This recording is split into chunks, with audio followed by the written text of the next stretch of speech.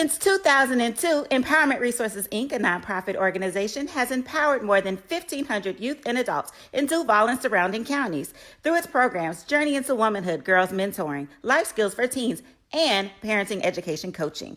To get involved with programs, volunteer, or donate, visit www.empowermentresourcesinc.org. Follow us on social media, facebook.com/empowerment.resources and instagram.com/empowermentjax. Now, you can live in Texas and not have a good red meat blend. Texas Cowboy Dust is designed for steak and other red meats. It's out to be my most popular spice blend, made with onions, peppers, ground mushrooms, pink salt, and other spices. Texas Cowboy Dust also goes great with chicken, pork, vegetables, and adds a restaurant quality sheen to gravies and sauces.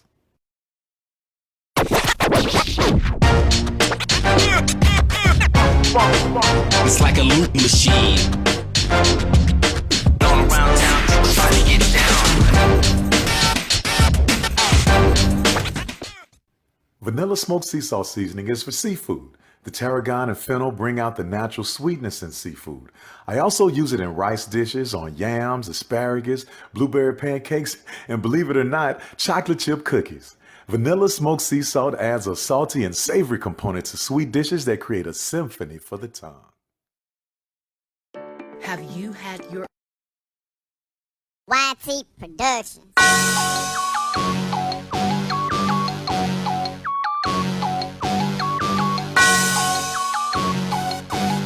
Yeah.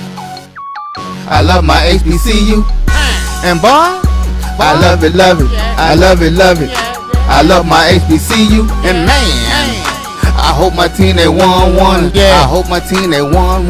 Yeah. Man, I hope my team they won. Yeah. I hope my team they won. Yeah.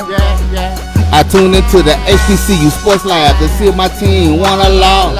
If they lost, I'm quiet as a mouse. But if they won, keep tab. I'ma do the dab, yeah. Dr. Cavil, he know what he be talking about. Mike and Charles, they know what they be talking about. They compress the analytic data with the hip hop. If you know them like I know them, they gon' tell you if your team, if they won or lost, and who the ball.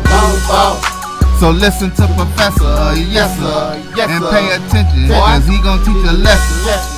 And you gon' learn today, how your team they play, how they play, boy, you gon' learn today, how your team they play, how they play, yeah. We represent that SWAC, that MEAC, and let me say, what's up to Tennessee, stay, just tune into the HBCU Sports Lab with Dr. Cavil. This is Dr. Cavil with Inside the HBCU Sports Lab with Mike Washington and Charles Bishop. You're in the lab with the professors, boy, I tell you. Welcome to episode 103 of Inside the HBCU Sports Lab radio show and podcast, the show that's covering the sporting HBCU dash for all things HBCU sports, from institutions large and small, from NAIA to the NCAA. We share insights and information on the HBCU sports culture, the HBCU athletic aesthetics, to facilitate the story of HBCU athletic programs and the business of HBCU sports. I'm your host, Dr. Kenyatta Cavil, along with my co-host, Mike Washington and Charles Bishop. We're filming from our home studios and sending a signal live to our Caseway's 12:30 a.m. studios with the Texas Radio Hall of Famer, none other than Ralph Cooper, in the beautiful home of Texas Southern University from Houston, Texas. With that, gentlemen, I hope all is well for you all this week. Let's get right into it. I think we have a banging show, as they might say, as we're going to mix it up here and really get into it. It's starting to get a little closer. We're in the mix with men's and women's basketball. We're at the midway point. You know, I know class for a lot of folks have just started, but we're in the business where it's about time to give out some midterm grades. Started off in a lot of ways. Absolutely. With that, any news of the day that you had that you want to share, Charles Bishop? Sure thing. Let's jump right into it. Let's take a look. This comes from the SWAC office. It is the weekly basketball liners. We'll start on the women's side as Alabama A&M's Dariana Lewis and Shemaya Ward were both honored this past week. Southwestern Athletic Conference's name Alabama A&M Dariana Lewis is SWAC Women's Basketball Player of the Week. And Alabama State Shemaya Ward is SWAC Women's Basketball Impact Player of the Week. Lewis led Alabama A&M return to the court in a big way as they won over Texas Southern this past weekend. She scored 19 points on 8 of 11 shooting, hauled in 15 rebounds to go with 4 blocks and a pair of assists in 32 minutes of play. That effort fueled a 73-50 victory over Texas Southern. On the season, she's averaging 15.4 points and 11 rebounds. Shemaya Ward, she recorded a double-double and narrowly missed a second one as Alabama State swept on the Texas two-step for the first time since 2013-2014 to stay as top of the SWAC standings this past week. Shemaya Ward scored 20 points and grabbed 12 rebounds in Prairie View while scoring the 12 points and grabbing 8 rebounds against Texas Southern. For the week, she averaged 16 points and 10 rebounds. So both of those ladies, kudos to them for their weekly honors from the Southwestern Athletic Conference. Great point. Yeah, it looks like the Texas two-step on the women's side is a little different there, man. They put the high heels on us coming out of Alabama. Yeah. But Mike, what are your thoughts? What news the other day do you have? Yeah, this is coming to us as we get deeper and deeper into the spring. HBCU baseball, Black College Nines, Elite 2021 preseason came out. 58 historically Black colleges and university players have been named to this list. And it divides the list between large division, made up of NCAA Division I schools, and small divisions, made up of those NCAA Division II, as well as NAIA and USCAA schools. So chopping the chart out, I'll start with the first team large school. You have Oscar Price, first base, Texas Southern University. Trista Garcia, Alcorn State, second baseman. Miguel Medina, Grambling State, third base. Shortstop, Wesley Reyes from Jackson State. Shortstop, Benny Bailey from North Carolina Central. Outfielders from Texas Southern and Alcorn State, respectively, Roger Coffey, Tavares Cole, and then another outfielder, Jared Weber from Florida A&M University. Another catcher, Ty Hankey from Norfolk State. Designated hitter, Luis De Leon from North Carolina Central. Pitchers, rounding out the pitching staff, Jack Nell Guzman, Alabama State. Alabama State has had the top ERA and pitching staff the last 3 or 4 years. Keep an eye on that pitching staff. Jacob Snyder from Southern University, pitcher. Josh Hancock from Florida A&M. And the other one rounding it off was Evan Gates, North Carolina A&T, which also has a very good pitching staff. Incidentally, 8 of those players are from the SWAC and about 4 or 5 are from the MEAC. And then rounding out the small school division first team, first baseman Matt Janicic, Harris Stowe State University. Second baseman Chris O'Neill, Lane College. Third baseman Anthony Johnson, Benedict College. Shortstop Keyshawn Clark, Lane College. Travis Brown, Lane College. Utility. And then the outfielders, Don Lawson, Kentucky State. Junior Sanchez, Florida Memorial. Brandon O'Connor from Benedict. Catcher Ron McGee from Tuskegee. Designated hitter Jordan Smith. And Christian Moore from Benedict College starts out the pitching staff, along with Jeremiah Hardy from Virginia State, Deshaun Hershkin from Kentucky State, and then last but not least, Jorge Baez from Benedict. Keep an eye out for Benedict and Lane. They had about 2 or 3 players on this list, so the expectations are really high for those folks as well. So that's coming to you from the Black College Nines 2021 preseason all elite team. Man, we're just packed with all these sports. And really starting to kick things off. I know the volleyball is starting to come out with information. Well, I'll tell you, it's serious out there when you talk about women's soccer and these different programs. But let me take a bit of a pause from a historical standpoint and give the appropriate condolences. It sounds like we're doing this weekly, but I'd be remiss if I didn't go back some and do that. You have Jerry C. Johnson, who led Lemoyne Owen College to a historic Division III national championship in 1975, passed away this past Sunday, January 24th, at the age 102 years old. So at least he got many of those quality years in. Just talking about legends in terms of that. as you think about him in terms of Fayetteville State, who learned the game of basketball from North Carolina Central's former men's basketball coach, John McClendon, who is a two-time Hall of Famer. When you just talk about the pedigree is amazing in so many ways when you talk about what's going on. And then for a lot of people, obviously, you heard about the passing of John Chaney, and so many information about those that remember him, obviously, from his days at Temple University. I thought HBCU Game Day, to the credit, did a great write-up, just making the connection what people forget about his HBCU roots in terms of Bethune-Cookman College at that time, Bethune-Cookman University now, will be a member of the SWAC July 1st, for all those that are not paying attention out there. But John Chaney, his legendary days, he won a championship at Chaney University at the Division II level in the 70s. He was there at the same time Vivian Stringer was coaching the women's team, took them to a national championship that they ultimately lost. Can you imagine this, the power of those coaches and where they went in terms of legendary Hall of Fame career coaches? Cradle right there, Chaney University in Pennsylvania. He was 89 years old. The passing of John Chaney, just legendary. Man, they said he had some skills too with the ball handling. Obviously, at that time, you couldn't go pro NBA and stuff like that. He went and played in the Eastern League, as they would call it, now time. But like I said, 1978, he won a Division II championship.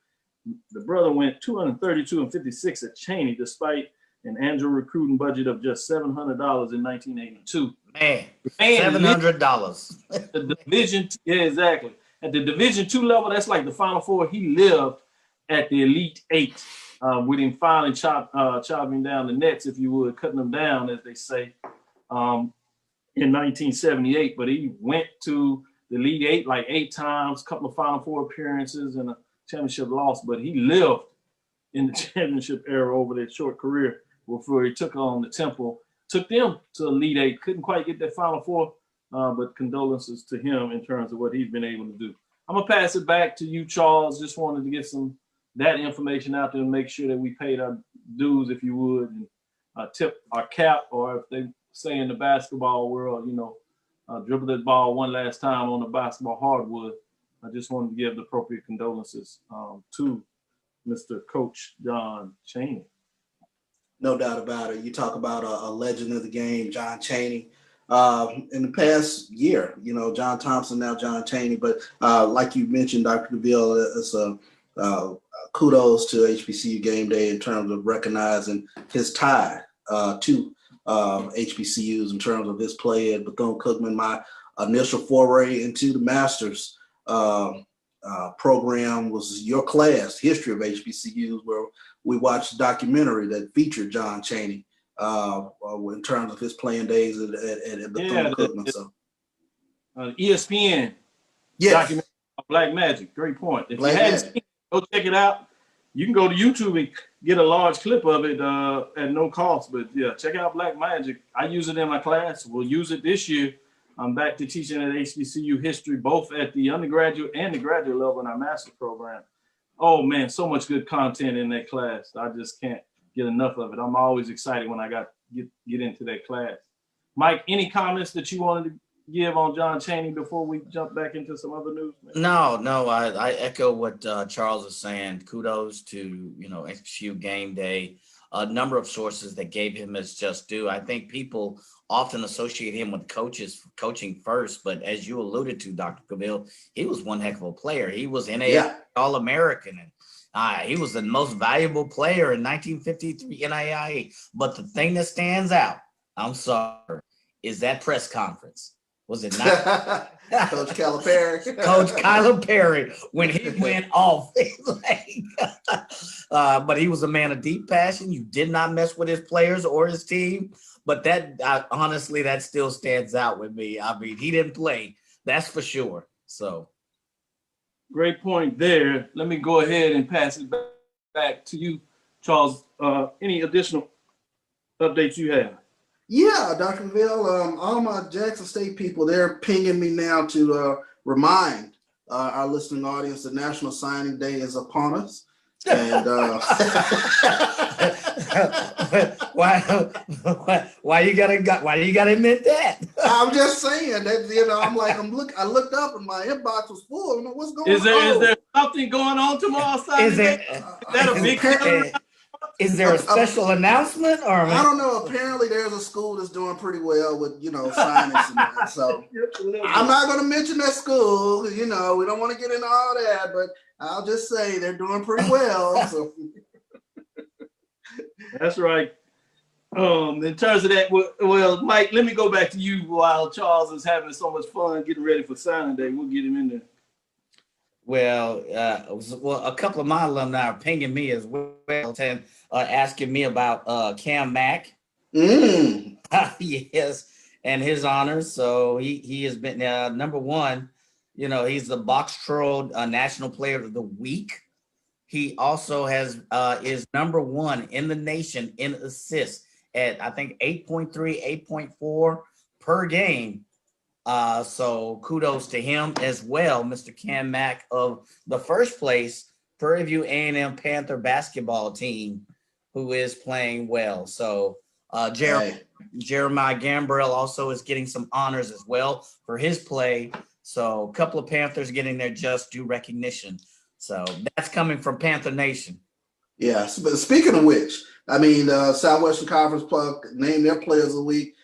Jackson State men's basketball player of the week is Tristan Jarrett, and Prairie View's Cam Mack is the SWAC men's basketball impact player of the week as well. So both outstanding weeks for both men in terms of Tristan Jarrett, Jackson State, and Cam Mack.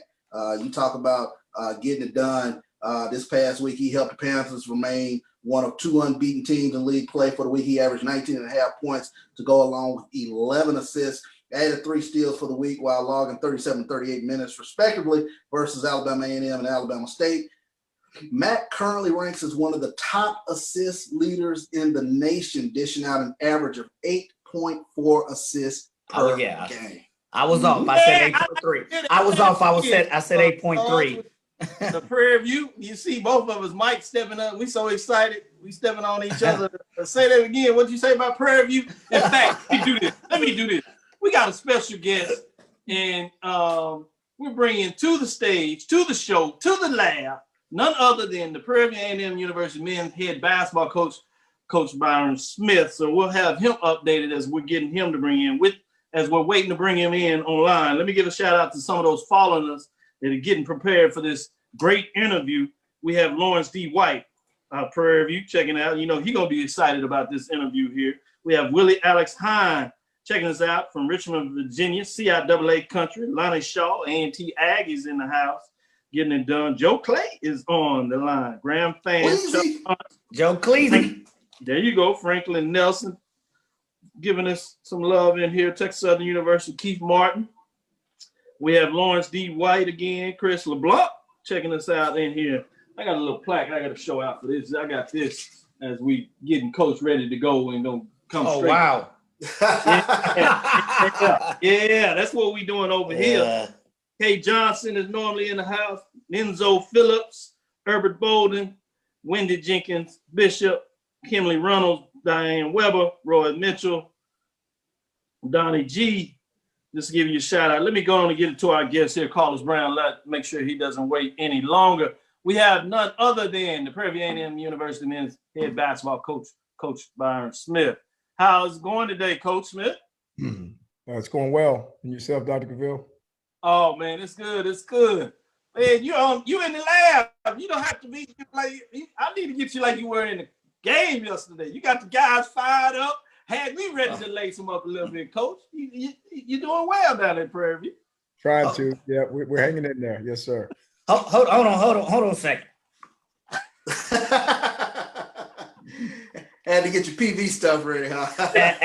I'm sorry. This momentary calls. Yeah, sir. There you go. Give a little bit for those that may not know. I don't know. People been asleep at the wheel on Prairie View in terms of basketball under the guidance of Coach Smith here. 5th full season, head coach Prairie View A&M men's basketball. Since assuming the reins in the program, Smith has molded Panthers hoops into the preeminent power within the Southwestern Athletic Conference. Smith has guided Prairie View to a pair of SWAC regular season championships, 2018-19, 2019-20. SWAC tournament title in 2019. My opinion, the only reason it wasn't done in 2020 because they canceled the tournament. The Panthers successfully defended the regular season crown, as we said, from 2019-2020, posting 19-13 record overall, 14-4 record. Smith led Prairie A&M out of conference with wins over Central Arkansas. Texas San Antonio had players such as Devontae Patterson, Gerald Andrus, earned first-team All-SWAC accolades, box to the row All-American selections. Patterson earned SWAC Player of the Year. Smith was named Coach of the Year, cutting down the nets. And then we get into this season. Posted a perfect 12-0, that season in the Baby Dome, extended the home winning streak to, at that time, 27 games. And then that wasn't enough, came back, currently stands second longest active streak in the nation. Let me say that one more time. Second longest active streak in the nation, totaling 31 games, and are now 7-4 overall, 6-0, which include non-conference win over Evansville and a win over the rival at home, Texas Southern University, which they end up playing this week coming up. Cam Mack is leading the nation in assists, and a lot of players are getting it done for Coach Smith. With all that said, Coach, what is leading to all this success, Coach? Stuff like this in Prairie since the 60s when the program was a member of the NAIA. So, that's been a minute. Yes, sir. Thank you for the acknowledgement. Just a lot of hard work. Just guys just, having a chip on their shoulder and just kind of and wanting to prove themselves. I think we've got several guys on our team that probably, were told that maybe they weren't good enough for some other programs or, some things just happened. But just got a good group of guys, quality young men that are working hard. And like I said, just have something to prove. So kind of just like their head coach, I think they kind of mirror my personality a little bit that, you get an opportunity to play this great game. You just want to go out and make the best of the situation. So, and that's what they've done thus far. Got a long ways to go, but so far we're pretty pleased with the result. No doubt about it. As you said, they do take on the lead of the coach, which is giving a lot of people that may not understood the expectation, but certainly setting the scales extremely high, Coach. With that, let me let Mike Washington jump in and ask a follow-up question. Mm-hmm. Yes, thanks, Doc. And how you doing, Coach? Doing well, Mike. And yourself? Pretty good. Listen, much has been said about the success of this program, but you went into the season, you lost, Patterson, you lost Andres, and people didn't know kind of what to expect from this team. And here you are, number one in the SWAC in defense, number 2 or 3 always consistently in rebounding. And it seems to be that no matter, you're able to find the talent and to form them into a very successful and aggressive team. What is your philosophy, and how do you infuse that into this team to make them so successful? You lose 2 key players last year, or the year before that, I'm sorry. And now you have this new team, and folks didn't know a lot. What do we expect from this Panther team? Can they continue the winning streak? And it seems like the defensive, especially intensity, is not only maintained, but it's gotten better. So what is it about your philosophy, and what do you infuse into these guys to motivate them to go out and to play with such intensity each night? I think to answer, the question best is obviously losing, 2 of the better players that have been in the league. I think in the last 5 to 7, 8 years that I've been in it, Devontae Patterson and Gerard Andrus, but it's also Antoine Lister and Chancellor Ellis, Williams. It was a team effort, but to lose the 2 top guys in the league, I felt obviously was difficult. But I think that's the true mark of any coach, to be able to win with a different group. I guess most coaches today probably want to model themselves after kind of Nick Saban, and you see it year in and year out. He sends 5, 6, 7, 8, 10, 12, 15 guys to the NFL, and they're able to stay at the top of the ladder, maybe not winning the national championship, but always there with a chance to be able to do that in the top 4, top 5 teams in the country. So I think that's a true test of any coach, true measure of any coach, that you can win with different groups. I think we've done a pretty good job of establishing our culture, and that's to play like your hair is on fire, to play with great enthusiasm, with great energy, great effort and toughness. And obviously to be mentally and physically prepared. So preparation, approach, execution Those are the 7 pillars of our program. So we've been fortunate and blessed, Mike, to be able to, find young men that just want to come in and just want to, fit in and kind of continue the short tradition that we've had. So we've been very fortunate. We've been very blessed that they believe in, first and foremost, and I'll say this, and I don't want to be long-winded because I can take up all of you guys' time. I know y'all got other people to talk to, but I do believe that you have to get kids to believe in you as a man first, believe in your staff as men first. I think the buy-in comes second. So if they believe in you, then I think they will buy into what you're selling. And we've been fortunate to be able to make that connection with these guys. And it's worked out pretty well for us with this team, this current 2020-21 team. Thanks, Coach. It's okay if you're long-winded. I've been accused of being.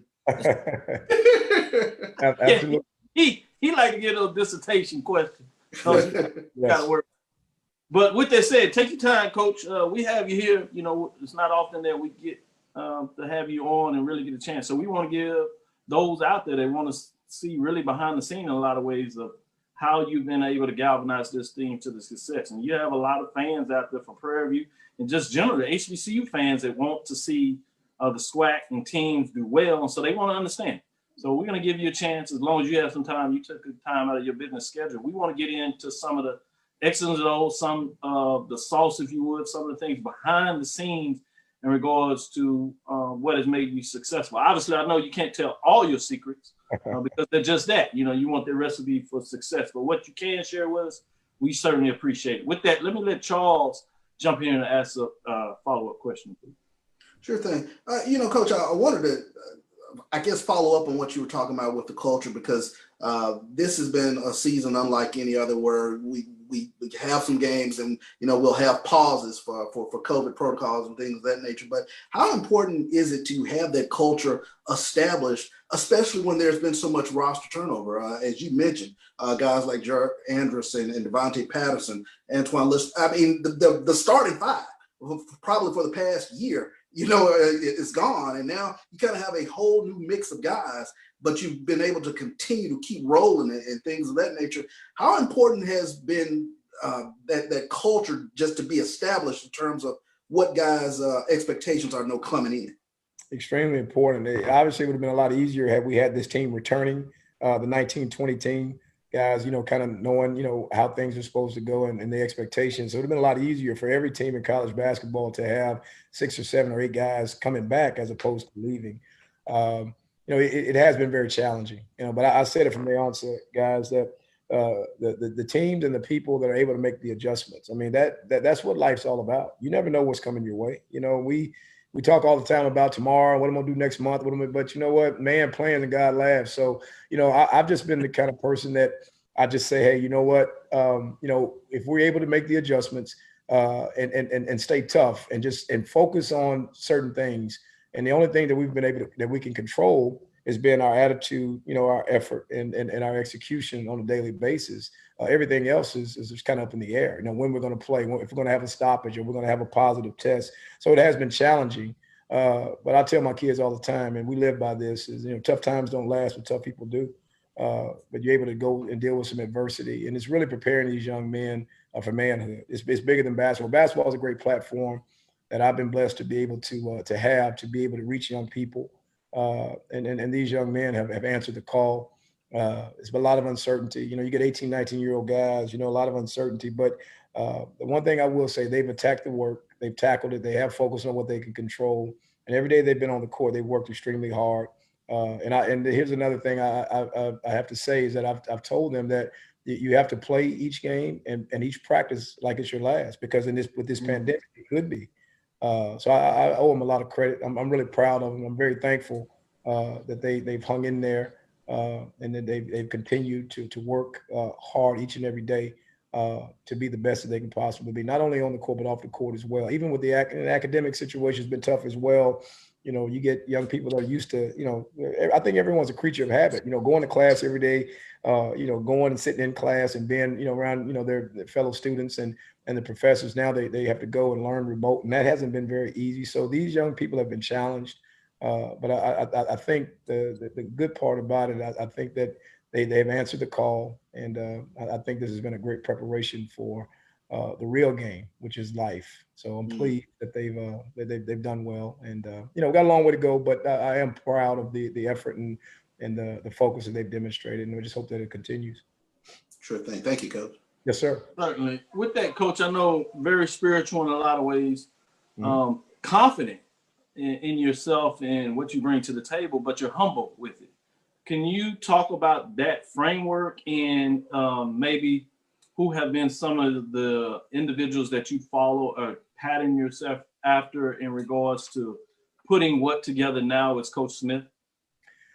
Well, I tell you, it's not really one in the coaching profession that I've really patterned or modeled myself after Dr. Cavil. But growing up, I was a big time Julius Erving, Dr. J fan, and I tell you why. My mother introduced him to me at a young age, and she said, "Hey, this guy's a heck of a basketball player, but just watch how he carries himself, how articulate that he is, how he does interviews, how he deals with people and things like that. He was just a class act." So that was my hero. That was my hero growing up, and he's still one of my heroes. And I had an opportunity, one of the greatest days of my life, I had an opportunity to meet him, and he shook my hand, and I sat right next to him at an event, and I was like a kid in a candy store, like like a Saturday morning as a little kid. I was so excited and so happy, and I was in my late 20s, so I was old enough to not to act like a kid, but I was just so giddy. So he was someone that's had a tremendous impact on my life. And secondly, probably the total opposite. We're talking about humility, and I appreciate that kind comment. But another one of my heroes was Muhammad Ali. Was just the opposite in terms of humility, but the confidence. But again, you start talking about adversity. You start talking about focusing on things that you can control. He was dealt a really tough hand. He brought some of it on himself, but he handled it. And this is the one athlete that not only here in the country, in America, but this was a guy that was an icon that changed the world. So the confident part I definitely got from him.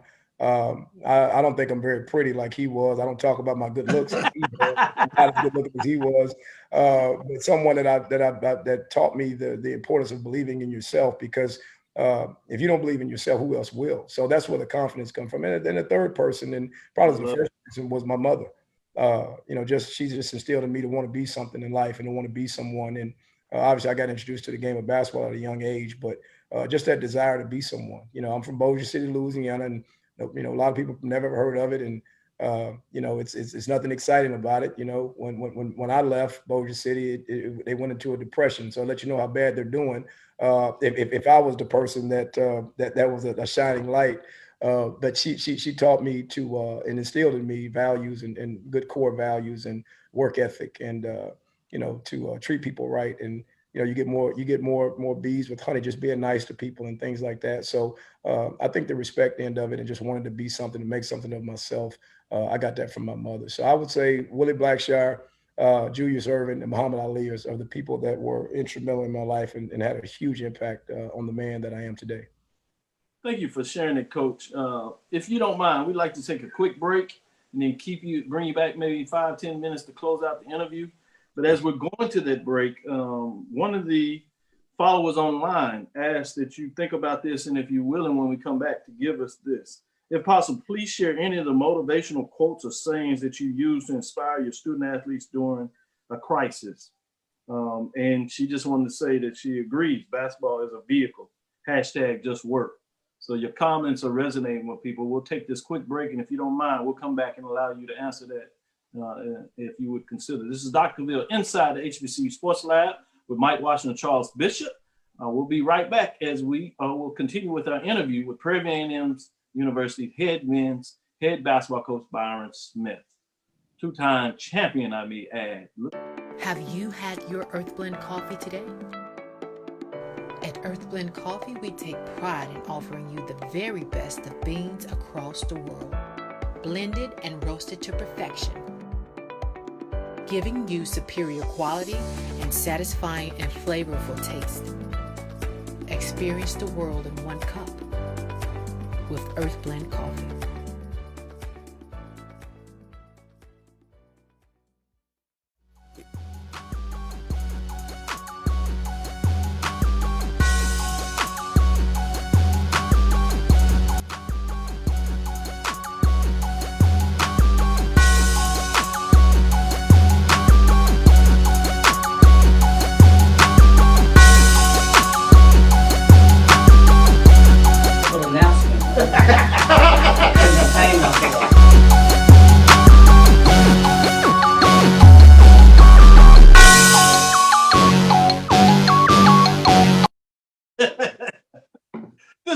Cavil inside the HBCU Sports Lab with Mike Washington and Charles Bishop. We're coming back in, finish up our interview. We have those listeners out there live watching us now, all the folks in the lab, including our listeners from 12:30 a.m.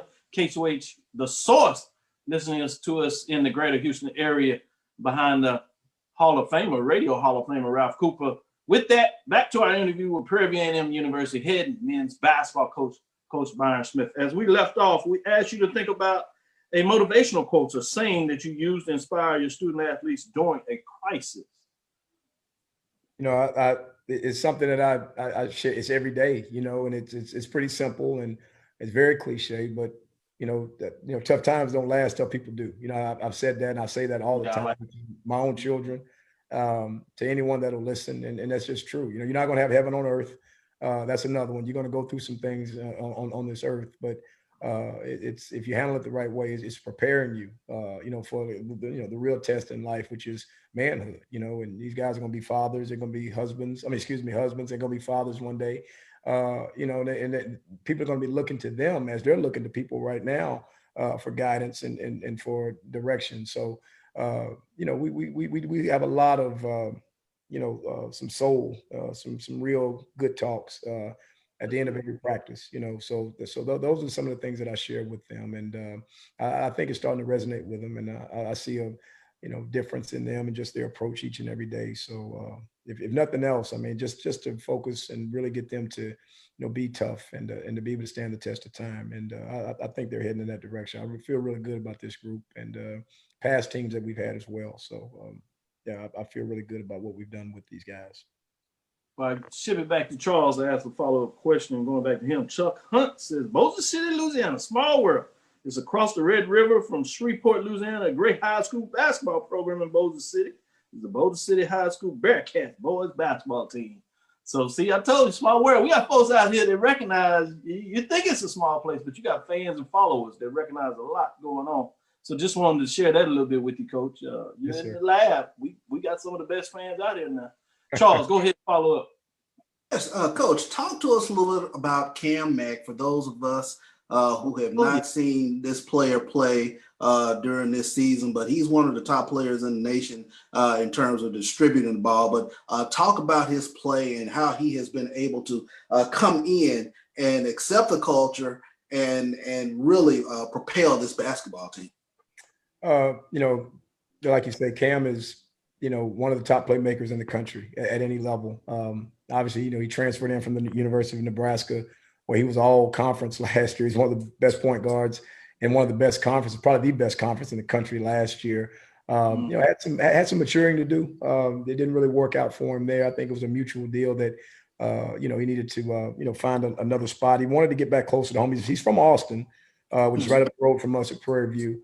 Mother had some health challenges, really, really close to his family, and felt like he needed to be closer to home. But Cam has been phenomenal for us. We've had him a short amount of time. He's only played 8 games, but he's been our top player since he became eligible while he was waiting to be granted his eligibility as a transfer. The NCAA, made all transfers immediately eligible. So he was able to join our program. He's just a natural basketball player. He's got some things that you can't teach.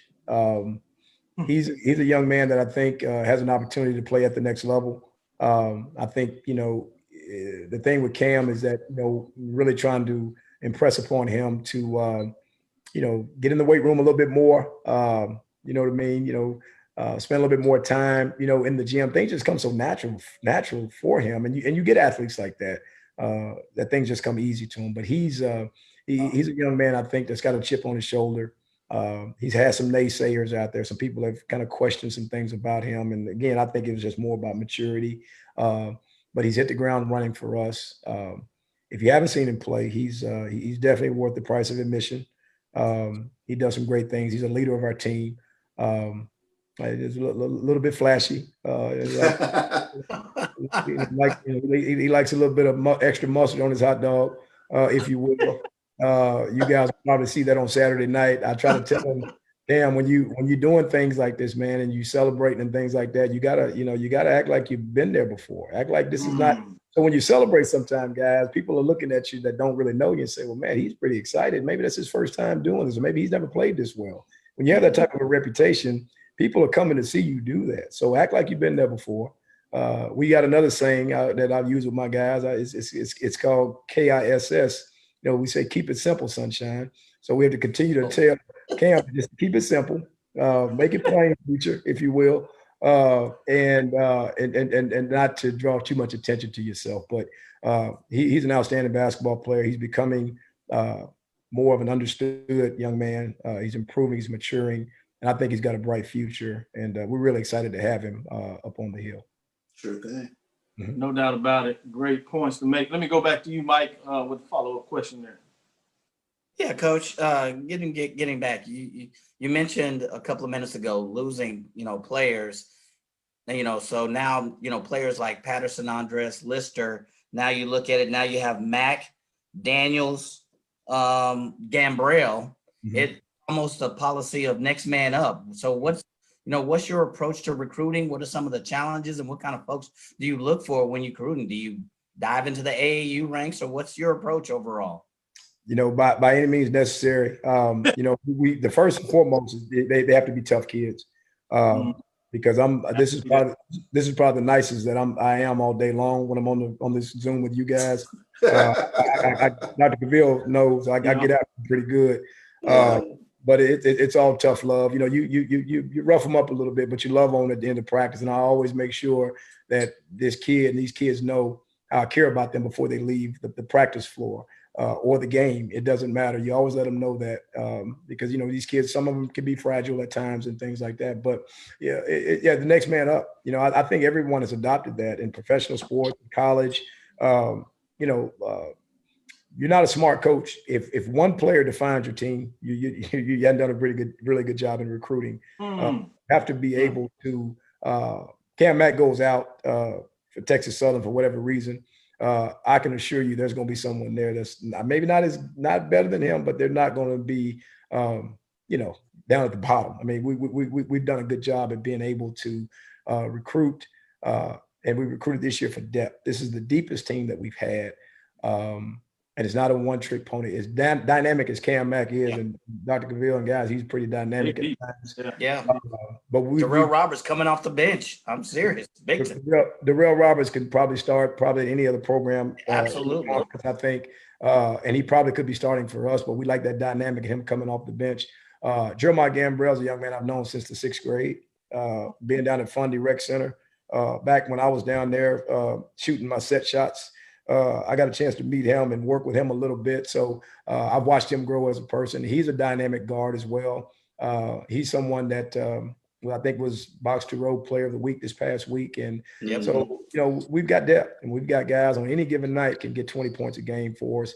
But I think the beautiful thing about it is that they're not trying to get it at the same time. If one guy's not scoring, the next guy will step up, next man up, just like you say. And I just think that's smart coaching, to be able to have guys that you can bring 2 or 3 guys off the bench that'll just do just as well as the starters.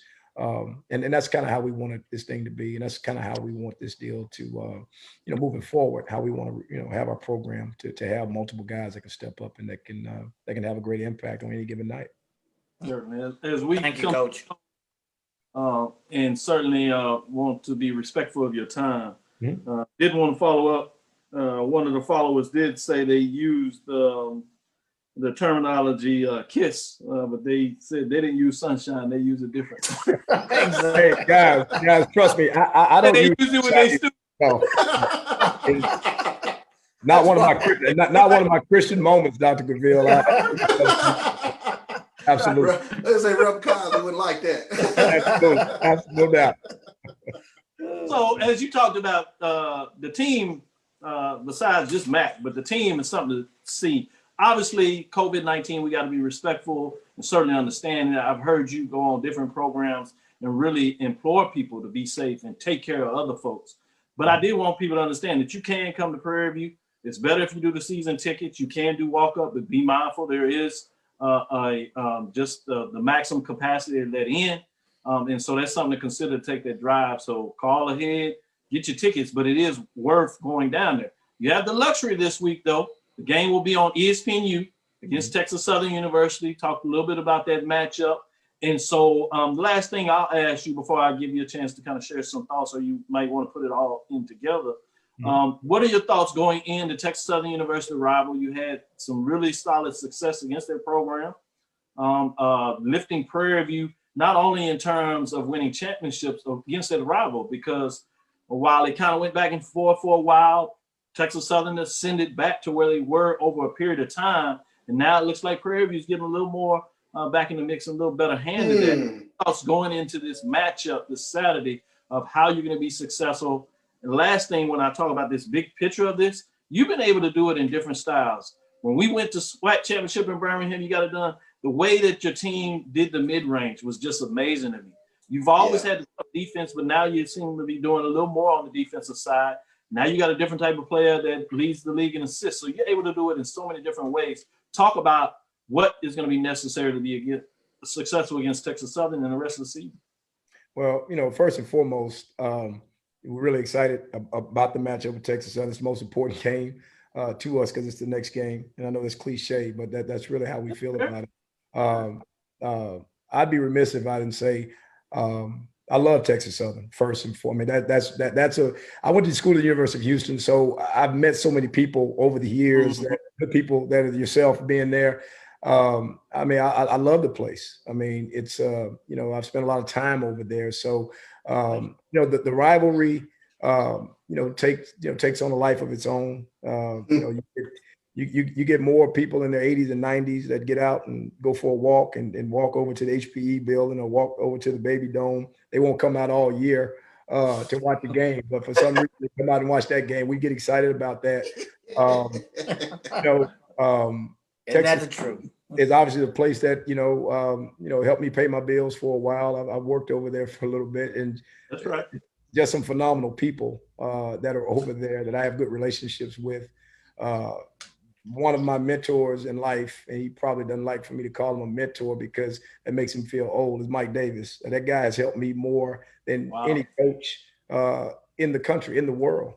And I lean on him. We talk not a lot, but if I have a question or something that needs to be answered or whatever, he's probably the first guy that I go to. And I know so many people at the professional level, the college level. Mike Davis is just someone I've just connected with, and I have a tremendous amount of respect for. One of the best coaches in the country, at any level. So that had some significance. The fact that he was in my mind, the last 10, 15, 20 years, the best coach of this league, maybe that's ever, had in our league. So that has some significance.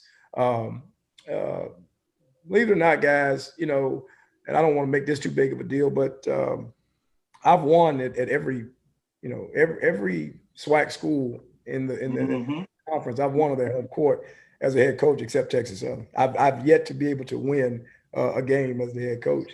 You heard it here. You heard it. Well, and people at Prairie View, with all the success we've had, guys, they know that.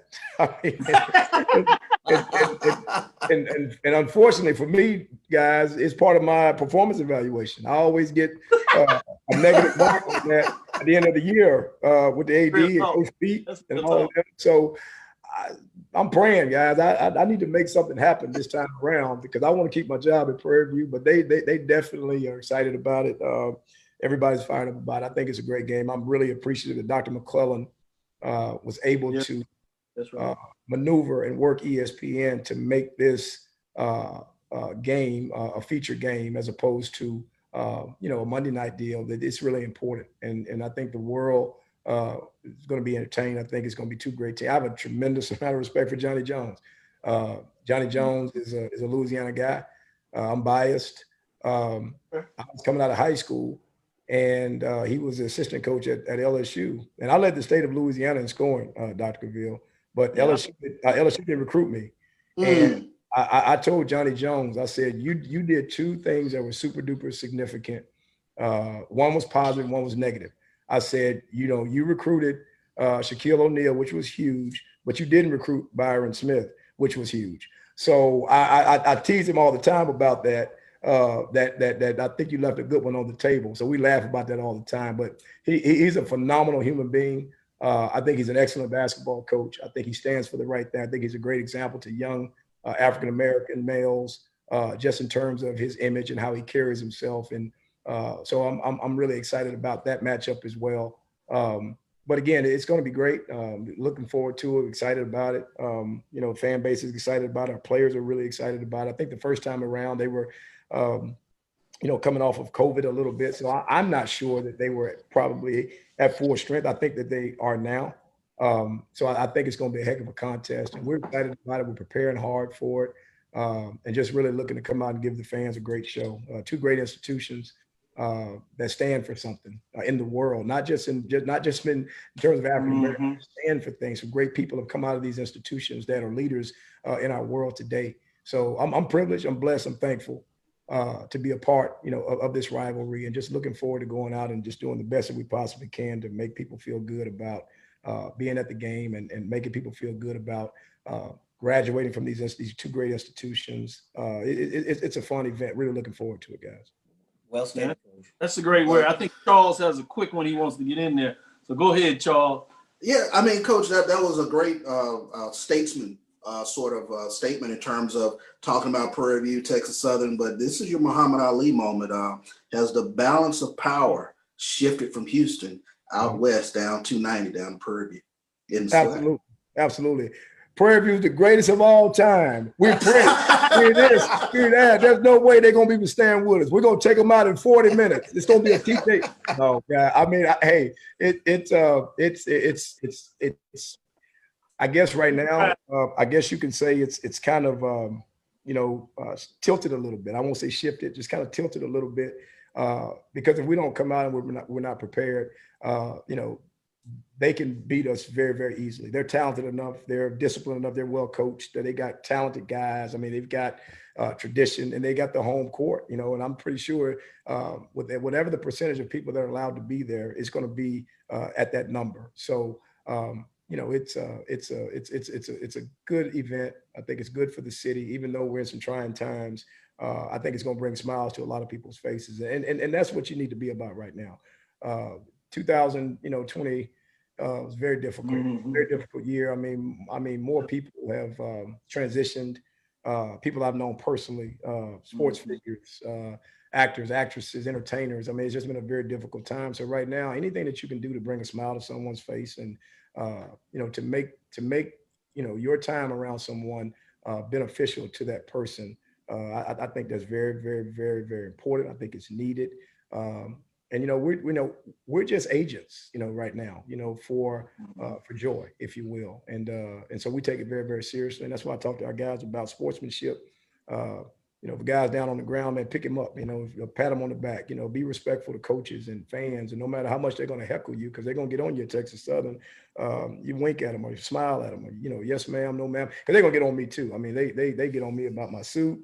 They get on me about my haircut. They get on me about my shoes. They on me about every single thing. But hey, you know what? A smile, and hey, you know what? My mother told me a long time ago, guys, you're not talked about, you're not thought about. So, that's another thing I live by. But again, it's a great event. Glad that we were fortunate enough to be able to head it in a direction where we can play the game. Obviously, we've got 4 or 5 more days, and we got to continue to practice safe protocols and stay healthy. Follow the protocols. And then by the grace of God, we can get out there on 7 o'clock on Saturday night to put on the show for the city of Houston. We're really excited about that. No doubt about it. With that, Coach, we won't hold you up. Really took a lot of your time. Appreciate it. Really giving some insight, update, and in-depth information. We'd love to have you back as you close out the season. We know you have a lot of work and a lot of focus. So when your time permits, we want to bring you back up and just get an update. A lot of our followers are really excited about the words that you share with us today. So I think it's going to go further than you ever imagined. That'll do it for our interview with Prairie A&M University's men's basketball coach, Coach Byron Smith, 2-time champion, including the SWAC tournament, NCAA appearance. Continue to get it done in so many ways. Really more important than that, the builder of men in so many different ways. So I thank you, Coach, for your time. Thank you for what you're doing for Prairie A&M University, HBCUs, and just colleges in general. Really tremendous amount of work. We appreciate you. Thank you guys for having me. It's been a pleasure. Thank you, Coach. Thanks, Coach. Go Panthers. There you go. Go Panthers. With that being said, Charles, you can say it. Hey, Charles, Panthers. Go Panthers. Come on, Charles. I was waiting on my cue. Go Panthers. Flag on the play. Flag on the play. Man, I tell you, let's see, Coach. Jackson State, Texas Southern University, put it on and just smile at y'all. Smile at y'all. Gotcha. Yes, sir. Oh, That wow. was good for the interview. Thanks for being a good sport with us, Coach. With that, let's get into the poll ranking. As we know, we do. I don't know what the other polls out there, but I will say this. We continue to have Prairie University ranked number 1. I know that doesn't count for much now, but just letting you know, we have you ranked number 1 on the men's side. So we'll get in a little bit of that mix in terms as we get back into it. Let's look at the women's top 25 teams. Top 5 teams in terms of HBCU women's basketball. And check us out. We're going to be seeing us doing some data analytics, going inside the numbers. Look for that show to be coming soon in terms of how we put in the mix in a lot of ways with that information. Also, just continue to look at us as we look to partner up and get some of that information in there. So with that said, as we start to close up, top 5 women basketball team. See what your thoughts are on this. Not changes in the top 5, little arrangement here and there. Do have some changes in terms of receiving votes. You have Alabama A&M Bulldogs sitting at 5-2, 3-1. Grambling State Tigers sitting at 6-5, 5-2, and the Southern Jaguars bounced back a little bit, 5-8, 5-2, but they're still not into that top 5. Top 5 programs: Morgan State Bears sit at 7-2 and 4-1, ranked number 5. They stay at their spot. Number 4, Jackson State Tigers, 7-5 and 6-1, 2 first place votes, 75 points. They increased the points, but couldn't quite jump up. They stay at number 4, bringing us to number 3. Howard Bison sit at 8-2, 4-1, 2 first place votes, just 77 points. So real close for that 3 and 4 position. That's Howard drops from the 2 spot. But number 2, Alabama State Hornets, they move up 7-1, rebounded from that loss they had a couple of weeks ago, taking 2. State of Texas, as you talked about early on, Charles, 2 first place votes, 84 points, moving up a spot, keeping it number 1. North Carolina A&T State Aggies, 7-1, 4-0, the only undefeated team in conference rates. We'll see how much that lasts. They're at 91 points, remain at number 1. Let's go with you, Charles. Any comments, questions in terms of the top 5 teams in the poll? Do you like the top 5 teams in there, or would you like to see them in a different order? Somebody else should be in the mix. I like the top 5 teams. I like where they are. I tell you, Jackson State has been dominant lately in terms of blowing out teams. I think that they're every bit a number 3, if you will. But I like what you have this week. North Carolina A&T, they are deserving of number 1. Alabama State with the head-to-head victory over Jackson State.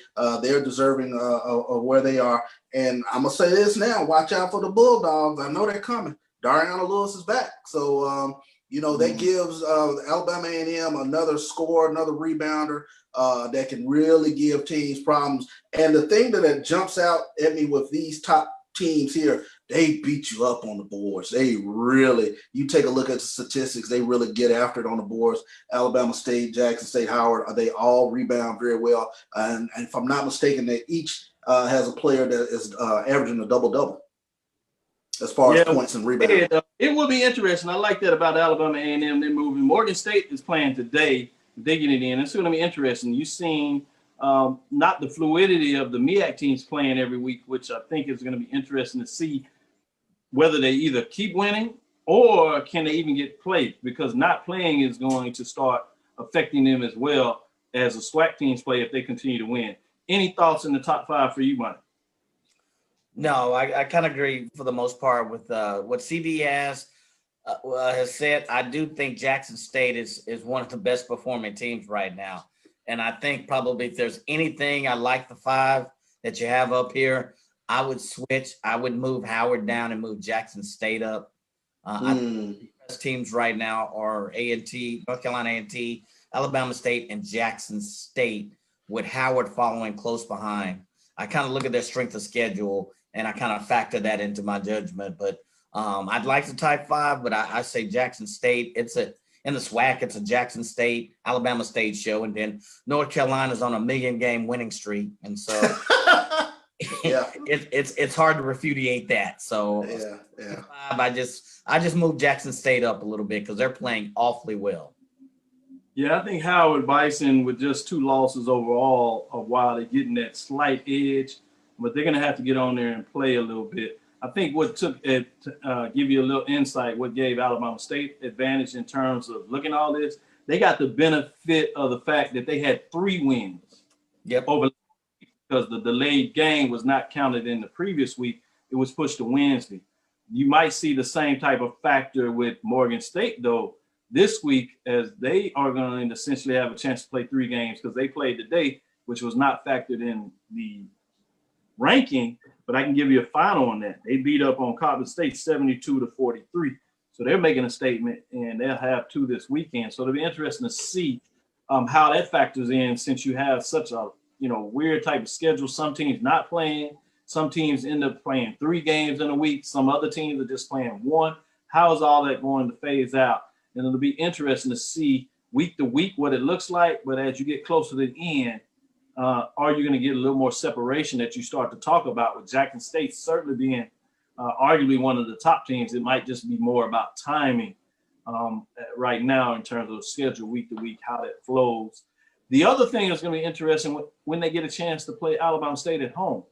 Yeah. You're going to get a little bit of payback, because you also have the fact, while Alabama State lost and was a different team, they have that edge of having that win over Jackson State. So it'll be interesting to kind of see how all that plays out, just to give some people some backdrop of what this looks like. Let's jump into the men's side.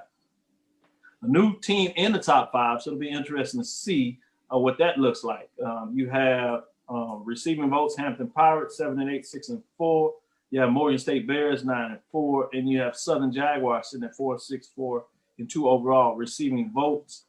Alabama A&M receiving votes, but they dropped out 4-2, 2-2. So they're the team that drops out. Let's see who jumps in the top 5. At number 5, Coppin State Eagles 6-10, 5-2, 52 points. They dropped all the way from number 2 last week after a loss. Again, they played Morgan State today. That game is going on now, so it'll be interesting to see how that plays out, to see if it affects them. But they had the benefit that they only had 1 loss, and that was because they only got to play 1. So we'll see what's going on. That game, Morgan State, Coppin State, hasn't started yet, but we'll see a little more. Central is playing their back-to-back. Central got back into action yesterday, and you talked about this previously, to kind of keep your eyes, it seems that they're playing again. Well, just what? They really pounded South Carolina State. Yeah. At halftime, they're losing. South Carolina State is winning 37-31, to give you a immediate update on that score. Got another half, so we'll see what the Eagles are going to do, as they pounded them yesterday, but they're fighting a little bit today. We'll see what that means. Back to the poll. Number 4, I want to do a little spin of surprise. None other than Jackson State Tigers. 4-6, they're 4-0 in the conference race. Over the next couple of weeks, they're going to get a chance, depending on what takes place this week for them, what takes place for Prairie, Texas Southern. Could be interesting if that game starts to loom in terms of that matches. They didn't play the first half. We'll get a chance to see what that looks like moving forward. You also have the fact that they had 64 votes, so their team jumping in, as I said, number 3. Norfolk State Spartans sitting at 9-6, 4-3. 1 first place vote, 77 points. They had a win and a loss last week in a little bit there, so they're sitting, moving up a spot. Bringing us to the number 2, North Carolina A&T State Aggies sit at 8-9, 4-0, undefeated in conference play. 1 first place vote, 86 points. They move up a spot from number 3. Brings us to number 1. Prairie A&M Panthers sit at 7-4, 6-0, 7 first place votes. They gained 2 first place votes, 101 points, but they remain at number 1 in week number 5. What are your thoughts on the top 5 teams in the poll this week for you? What are your thoughts on that? Mike? Yeah, I agree. I agree with the first 2 for sure, especially with North Carolina A&T. They had a solid win over FAMU. So I think they showed really well. I think you watch out for Jackson State. I agree that they can move up. They're playing well. Whereas the Norfolk State, they're sitting in third place in the north of the MEAC. So I wonder how long they can hold that spot. So we'll see. But for the most part, I like the 5. Maybe I think you'll see maybe Jackson State gain some traction as well in the coming weeks. We'll see. No doubt about it. Charles, top 5 program. Your Jackson State Tigers get some love. 4 straight wins. I know you have some concerns sometimes in terms of who they play, but you also wanted to give them some credit in terms of the fact they are undefeated in conference play. So what are your thoughts in terms of the ranking? And you can sneak a little something in there in terms of the Tigers as well. Sure. I mean, hats off to Coach Wayne Brent in terms of what they've been able to get done with this great start in conference play, going 4-0 thus far. When you take a look at Jackson State going back over last year, they won 13 of 14 out of their last 17 games. So they have been one of the better teams in the conference. They've solidified themselves, if you will, in the kind of the upper echelon of the conference. We know Wayne Brent's teams are going to always play defense. But they're scoring the ball a lot better this year. You have Jonas James, Tristan Jarrett. He's a SWAC player of the week this past week. But these guys can put the ball in the hoop. So I think that goes a long way. And then they have the rim protector in Javius McKinnon. So they are a very solid ball club, and they're very deep and talented ball club as well. So I think you do have to keep an eye on Jackson State in terms of what they're able to do. They have gotten victories thus far over Mississippi Valley, Arkansas, Pine Bluff, and Grambling. So I think when we kind of start taking a look at in Alabama State, once we kind of start taking a look at the Jackson State and their matchups against a Prairie View or Texas Southern, the COVID protocols caught them with the Texas two-step, so they weren't able to make the trip out here to Texas. But once those games start kind of piling up, we can really get a definitive look and see if is Jackson State for real. Yep. No doubt about it. That'll do it for us. But I'd like to take this time to sneak this out there. We talked about this a little bit last week, and we're going to come back to it. So give people another week to make sure they go read the article. BCSN, Saban follows path of HBCU legends, dynasty makers. A lot of people had some interest in that. We're going to see if we can bring Bryan Forford on to talk about it a little bit and get the framework of how he came with the article. And I got to share some writing opportunity with him. So really excited about it. Give you the intro in that. When the clock hit 0-0 in the last quarter of the college football playoffs, national champion game, Alabama head coach Nick Saban won his 6th national championship at the school's 7th overall, his 14th season in Tuscaloosa, becoming, in many eyes, the greatest college football coach of the modern era and possibly the history of college football. Does the history include all football programs, i.e. historically black college programs? More on that later. So get into that. And we really get into the legendary coaches. We look at a lot of them, Jake Gaither, Eddie Robinson, in terms of just giving you some ideas, Billy Nix. And then we go in a little deeper, some hidden gems that you may not think about in terms of, and we're moving away from that around much more. We're talking about that Greensboro 4 is the way we're going to talk about those top 4 programs. The Greensboro 4, the monument there in North Carolina. Who would be your top 4 coaches? So we have a lot to pick from on the football side. And the threshold is really tight when you talk about it. We're talking about a minimum of 6 Black College National Championship. Think about that. 6 Black College National Championship. And there's a lot of coaches that you could argue that should be in there in terms of Jackson State coaches, in terms of what they've done over a period of time. Record is something that you can look at, what they did against their rival. Rob Broadway is another example. He's done it at multiple programs. Another legendary great coach that people may think that he should be a part of the Greensboro 4 in terms of that monument. What are your top 4 coaches? But ours looked at, we gave you 3, and then we gave you a list to look at in terms of who should be an additional. And the cut line was 6 Black College National Championship. Boy, that's a high cut line. Just think about it. Yeah, do that threshold. And that lets you know some of the talent in dynasties. And these were coaches who were doing it at a time when they had so many different restrictions among them and didn't have necessarily the influence of the financial support to get it done. And again, that's not to take anything away from anybody in the modern era, just to let you know the different framework of what that means. That'll do it for us. More on that later. Really would ask you to go check that out. Want to get your thoughts and want to get in a little more discussion about that as we head into the spring football season. We're going to continue to give you some updates on basketball as it's churning away. As we said, we're getting into that midpoint. So we're starting to see, to some degree, who are the cream of the crop. Maybe a little more time is needed than generally speaking because of COVID-19, but you're at least getting us some indication, giving you a chance to look at it from the women's side, the men's side. And then you got the updates with the women's soccer starting to take place, volleyball in the mix, see what Prairie View's doing over there on their side. Baseball Baseball starting to get up there, gave you some indication of the the wood and the ping of the bats on that side. But keep up with us because we're going to keep you all the latest and greatest. Thank you for listening to Inside the HBCU Sports Lab. Make sure you share our podcast with your friends and colleagues. I am Dr. Kenyatta Cavil. Some call me the Dean of HBCU Sports with Mike Watson and Charles Bishop.